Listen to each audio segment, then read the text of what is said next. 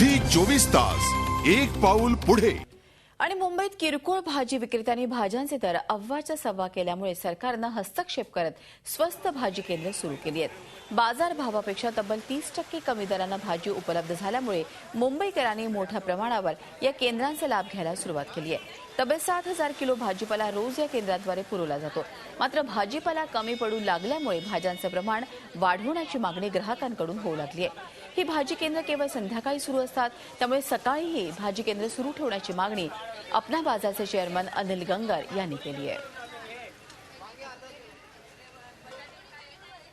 महिलांना आणखीन अधिक स्टॉक पाहिजे होता भाजीचं, मग नेक्स्ट डे पासून आपण प्रत्येक स्टोरला 1,000 किलो मागवली आणि साधारणतः 7,000 किलो दर दिवशी विकतोय आपण।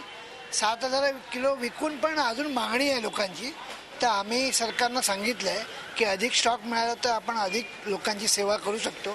त्या पद्धतीने अधिक साठा उद्या परवापासून आम्हाला मिळेल, तो आम्ही देऊ। झी 24 तास एक पाऊल पुढे।